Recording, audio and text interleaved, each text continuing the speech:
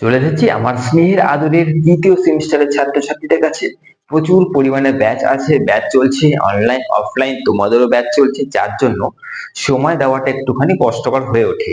2 নম্বর কারণ আমার সাজেশন দেরিতে আপলোড হওয়ার 2 নম্বর কারণটা হচ্ছে এটা, আমি যদি আপলোড করলাম, জানবে সেই সাবজেক্টটার আমি টু দা পয়েন্ট আপলোড করি, অর্থাৎ সাজেশনস মানে কম কোশ্চেন, সাজেশনস মানে এমা এত প্রশ্ন কেন, এই যে জিনিসগুলোর ওপরে গিয়ে আমার সাজেশনস তৈরি হয়।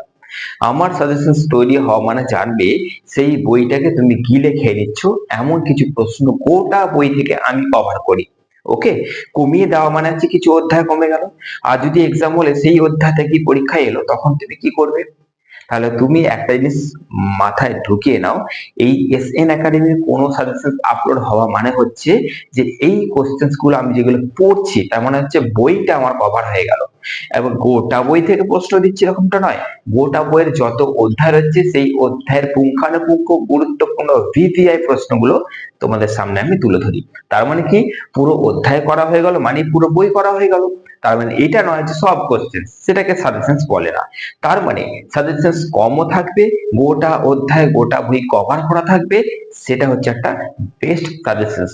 নচেত কিন্তু সাপ্লি চলে আসবে, আর সাপ্লি এলে হয়ে গেল পড়াশোনা। সেইটা যেন না আসে তার জন্য একটু খাটো, কারণ তোমাদের তো ফার্স্ট সেমিস্টার রেজাল্ট বেরিয়েছে, তোমরা জানো তোমাদের একটা সাপ্লি আছে, তো নিশ্চয়ই চাইবে না যে থার্ড সেমিস্টারে সাপ্লি আসো। কষ্ট করে একটু পড়ে নাও, পড়ে গ্রাজুয়েশন কমপ্লিট করো। ওকে, ফাঁকি মারলে কিন্তু তোমাদের ক্ষতি। তো চলো, মেজর পল সায়েন্সের যে তোমাদের পার্ট রয়েছে, গুরুত্বপূর্ণ ভিভিআই প্রশ্নগুলো আজকে তোমাদের বলে দিচ্ছি, নোট ডাউন করা শুরু করে দাও।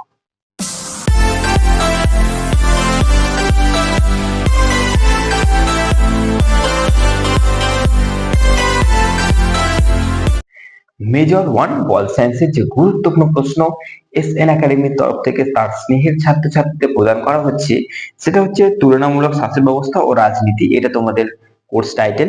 এবার তোমাদের প্রথম যে প্রশ্ন হচ্ছে, তুলনামূলক শাসন ব্যবস্থা ও রাজনীতি কি, এর বিষয়বস্তু আলোচনা করো।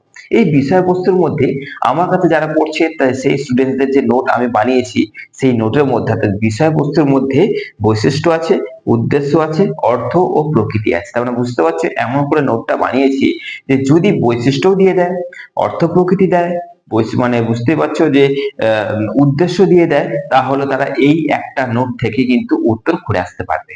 আমি এইভাবে আমার স্টুডেন্টদের কিন্তু উত্তর লেখাই। আচ্ছা, 2 নম্বর, তুলনামূলক রাজনীতির বিবর্তন আলোচনা করো। 3 নম্বর, পার্থক্য রয়েছে যে তুলনামূলক সরকার ও রাজনীতি আর এককেন্দ্রিক ও যুক্তকেন্দ্রিক রাষ্ট্র ব্যবস্থা, এই যে তোমাদের বা শাসন ব্যবস্থা, এইটা হচ্ছে পার্থক্য। নেক্সট, ব্রিটিশ সংবিধানের প্রধান বৈশিষ্ট্য, এই কোশ্চেনটা ঘুরিয়ে দিতে পারে। সংসদীয় ব্যবস্থার মূল 4টি বৈশিষ্ট্য আলোচনা করো। এক, নেক্সট, ব্রিটিশ প্রধানমন্ত্রীর ক্ষমতা ও কার্যাবলী আলোচনা করো। নেক্সট, মার্কিন যুক্তরাষ্ট্রের সংবিধানের মূল বৈশিষ্ট্য আলোচনা করো। নেক্সট তোমরা করছো মার্কিন যুক্তরাষ্ট্রের সিনেটের গঠন ও কার্যাবলী আলোচনা করো। আমার স্নেহের ছাত্রছাত্রীরা কি সাবস্ক্রাইব করেছে?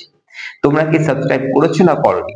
আশা করছি তোমরা করোনি, কিন্তু করতে তো হবেই, কারণ এই প্ল্যাটফর্ম তোমাদেরকে পুঙ্খানুপুঙ্খ সাজেশন দেবে। পুঙ্খানুপুঙ্খ সাজেশন মানে হচ্ছে গোটা বইটা টেকনিক্যালি কভার করা, সব প্রশ্ন দেওয়া নয়, কিন্তু গোটা বই কভার করা। অর্থাৎ এক্সাম হলে তোমরা এর বাইরে কিছু পাবে না এটা বলবো না, কিন্তু এতটাই পেয়ে যাবে, সাপ্লি তোমাদের কেউ আনতে পারবে না।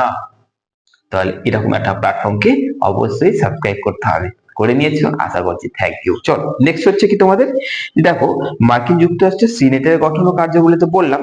নেক্সট, মার্কিন রাষ্ট্রপতির ক্ষমতা ও কার্যাবলী, মার্কিন রাষ্ট্রপতির ভেটো ক্ষমতা, সুপ্রিম কোর্টের মার্কিন সংবিধানের অভিভাবক কেন বলা হয়, অর্থাৎ সুপ্রিম কোর্টকে মার্কিন সংবিধানের অভিভাবক কেন বলা হয়। আচ্ছা, নেক্সট, চীনা কমিউনিস্ট পার্টির ভূমিকা আলোচনা করো। নাইজেরিয়া ও মেক্সিকোর রাজনৈতিক দলব্যবস্থা সম্পর্কে আলোচনা করো। নেক্সট প্রশ্ন হচ্ছে, ব্রিটেন ও আমেরিকার সংবিধানের তুলনামূলক আলোচনা করো। ব্রিটেনের এককেন্দ্রিক ও মার্কিন যুক্তরাষ্ট্রীয় ব্যবস্থার মধ্যে পার্থক্য লেখো। আমেরিকা মার্কিন রাষ্ট্রপতি ও ব্রিটিশ প্রধানমন্ত্রীর ক্ষমতা তুলনামূলক, মানে আমেরিকা মার্কিন রাষ্ট্রপতি একই ব্যাপার, ও ব্রিটিশ প্রধানমন্ত্রীর যে ক্ষমতা তার একটা তুলনামূলক আলোচনা করতে হবে। মার্কিন ও ব্রিটিশ দলের ব্যবস্থা তুলনামূলক আলোচনা, মার্কিন রাষ্ট্রপতি শাসিত শাসন ব্যবস্থা তার বৈশিষ্ট্য আলোচনা করো।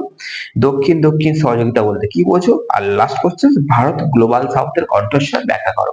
এই হচ্ছে তোমাদের মেজর পল সায়েন্সের ভিভিআই গুরুত্বপূর্ণ প্রশ্নগুলো। যদি তোমরা এমন নোট বানাতে চাইছো, অর্থাৎ স্যার একটা নোট বানাবো যেখান থেকে 3-4টে কোশ্চেন্স এর অ্যান্সার বানানো যাবে, সেটা শুধুমাত্র এখানেই সম্ভব। আমার স্টুডেন্টসদেরকে কিন্তু সেইভাবেই করাচ্ছি। আজকে তোমাদের প্রশ্নগুলো মনে হচ্ছে বড়, তাই তো? অনেক প্রশ্ন মনে হচ্ছে তো? আমি আমার স্টুডেন্টসদেরকে এই প্রশ্নগুলি কয়েক কটা সংখ্যার মধ্যে এমন করে দিয়েছি যে কয়েক কটা কোশ্চেন্স এর অ্যান্সার এমন ভাবে টেকনিক্যালি সাজিয়ে দিয়েছি যে এতগুলো প্রশ্ন তাদের কভার হয়ে গেছে। তাহলে বুঝতে হবে প্রশ্নগুলো এত নয়। যদি কেউ করাতে পারে তাহলে সে টেকনিক্যালি যদি জানে, নোটস এমন বানিয়ে দেওয়া যায় যে এখান থেকে তোমাদের একটা পড়লে আমি কিন্তু 3-4টে এখানকার প্রশ্ন কভার হয়ে যাবে। এইভাবে আমি আমার স্টুডেন্টদেরকে প্রশ্ন লেখাই। ওকে, তো তোমরা যদি এরকম নোটস পেতে চাও, অর্থাৎ এরকম স্টাডি করতে চাও, এই নাম্বারটা যোগাযোগ করে তোমরা 4th সেমিস্টার থেকে অ্যাডমিশন নিয়ে নেবে। তাহলে কিন্তু মাথায় রাখবে, একটা উত্তর দিয়ে 3-4টে কোশ্চেন বানানোর কিন্তু যে আইডিয়া, সেটা এখানেই পাবে। যে যুক্তি টেকনিক এখানেই পাবে, এবং ওরকম নোটস যদি তোমাদের তোমাদের কাছে থাকে, তার মানে জানবে চলো এই একটা কোশ্চেন এই 4টে কভার করছে, তার 4টের মধ্যে তো আসবেই, তার মানে তুমি কমন পেতে বাধ্য। এই হচ্ছে আমার পড়ানোর টেকনিক। ভালো থেকো, সুস্থ থেকো। দেখা হচ্ছে পরবর্তী আর একটা গুরুত্বপূর্ণ ভিডিওতে। ততক্ষণ বাই বাই, টাটা, এবং ভিডিওটাকে একটু শেয়ার করে দিও।